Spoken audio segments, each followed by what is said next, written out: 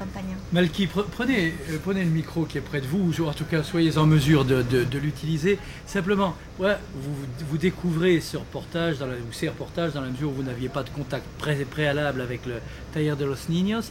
Ces images du Pérou, ça vous gêne, vous, comme Péruvien, qu'on les montre ici en Europe, ou vous pensez qu'elles sont je dirais, au bénéfice et à l'honneur du Pérou, parce qu'enfin, c'est pas forcément, pratiquement ou économiquement, l'image qu'on voudrait forcément donner.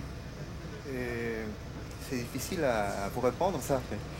Ce que je pourrais dire, c'est que je serais fier des enfants du Pérou, parce que en face des difficultés qu'ils ont, la pauvreté et tout ça, il y a toujours devant la joie, l'envie de jouer, de vivre,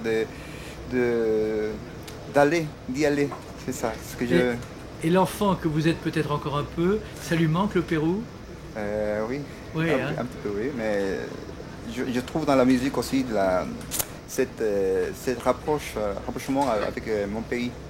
Alors je vous propose qu'on vous retrouve dans un pré-enregistrement de ce matin sur le pont de notre bateau pour une nouvelle séquence musicale avec toute une série d'instruments qu'on va voir et que vous pourrez brièvement nous présenter après. Mais d'abord, rendez-vous en différé à la proue d'Idées Suisses.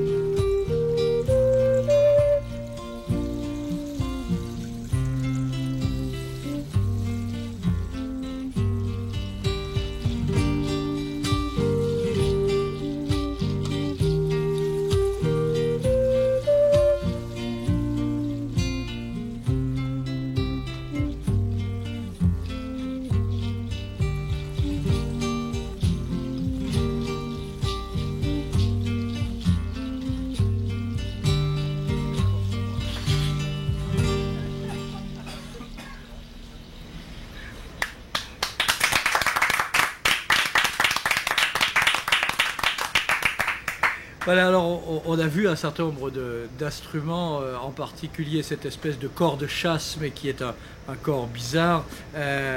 Malky, vous êtes de retour parmi nous là avec cet instrument. Il est fait comment? Il y a manifestement une corne à un bout. Comment ça se passe? Et en fait, c'est un instrument qu'on utilise partout l'Amérique du Sud, du Chili, au Pérou, l'Équateur. Et c'est fait avec cette partie-là, avec deux corps de veau. Et cette partie, ça, c'est de roseau qui est tout. Ah bon, je pensais que c'était un tuyau d'arrosage. Non, c'est pas le cas. Non, non, non. De roseau qui était d'abord mouillé, et on l'a fait tourner comme ça. Ça, alors ça, c'est plutôt les instruments de la côte ou de l'altiplano, puisque je rappelle que le Pérou est vraiment partagé entre une partie côtière sur le Pacifique, puis une partie en grande altitude du côté du Machu Picchu. Oui, c'est surtout, ce sont des instruments des Andes, de la cordillère des Andes. Ce ne sont pas de la côte, ce sont normalement des instruments traditionnels des Incas, des pré-Incas. Ouais. Et cette grande flûte que vous avez sur les genoux? Ça, c'est un instrument qui s'appelle le moseño.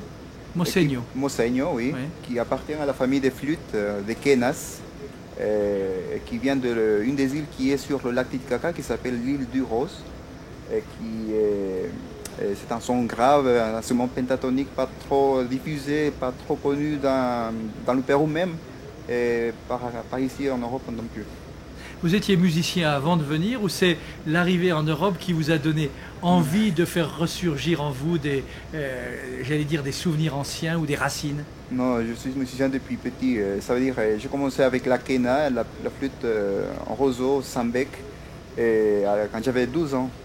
Et après, c'est devenu la zampoña, le charango, la guitare. C'est comme ça que j'ai commencé à jouer plusieurs instruments. Alors je précise que sur le site de Zigzag Café, on trouve vos adresses, vos adresses internet, tout ce qu'il faut. On en reparlera d'ailleurs tout à l'heure. Juste un détail ou une précision, quand je posais la question à Malky tout à l'heure de savoir si finalement ça le gênait de voir des images de pauvreté de son pays, vous avez voulu réagir, mais on était déjà parti pour le deck. Dites-nous ce que vous vouliez dire. Oui. Une des choses, la philosophie institutionnelle, c'est ne jamais montrer la tragédie.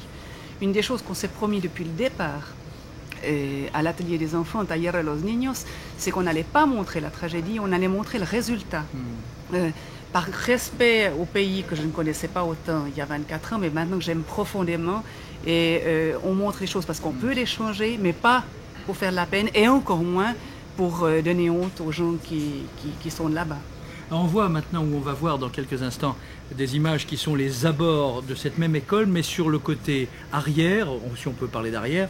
Et c'est en fait l'endroit où les gens viennent de tout le barrio, de tout ce quartier, pour amener des enfants à des médecins qui tiennent permanence là. Vous allez tout à l'heure nous expliquer de quoi, enfin quel est le rôle de ces médecins, comment ils sont payés, mais surtout, moi ce que je voudrais savoir en deux mots, ce lieu existait auparavant, vous l'avez repris ou vous l'avez là aussi créé? Non, je l'ai construit. Construit. Oui. Il n'y avait rien. C'était vraiment un terrain absolument vide. Voilà. Quand vous dites je, c'est un peu vous, votre mari est pour beaucoup. Hein. Eh bien oui, moi j'ai connu mon mari parce que c'est lui qui m'a construit la garderie. Ah d'accord. Je l'ai engagé d'abord. Vous l'avez d'abord engagé. Il a bien supporté. Dans ce pays, il c'est parfois semblerait un que peu macho, si, hein, non, c'est pas son cas. Non, ou bien est-ce que je suis devenue très latine, je ne sais pas. En tout cas, je vous propose qu'on entre dans ce centre médical pour voir un peu ce qui s'y fait. D'accord. ¿Cuántos años tiene? Tout ça, c'est la salle d'attente et la salle de préparation pour les deux consultations qui sont très importantes pour nous. C'est la prévention des enfants de moins de 5 ans, pour une meilleure santé, une meilleure nutrition, et le programme de santé de la femme, qui est un programme où on aimerait privilégier la participation du papa, un vrai contrôle prénatal quotidien et surtout éviter des nouvelles grossesses. Éviter les nouvelles grossesses, ça veut dire quoi? Convaincre ou utiliser Non, expliquer. Il y a des grandes peurs de la part des mamans pour utiliser les moyens de contraception. Le stérilet, comme elles ne connaissent pas le corps, le stérilet on le pose et puis il monte et puis il griffe le cœur. Et la pilule donne le cancer. Si à ça on ajoute le peu de travail qui a été fait avec les hommes qui pensent que si leurs femmes vont utiliser un moyen de planification, c'est sans doute pour leur mettre les cornes, comme ils disent, Ça complète un petit peu les choses. Mais un des grands problèmes, c'est la crainte des femmes parce qu'elles ne comprennent pas comment fonctionnent les moyens de contraception.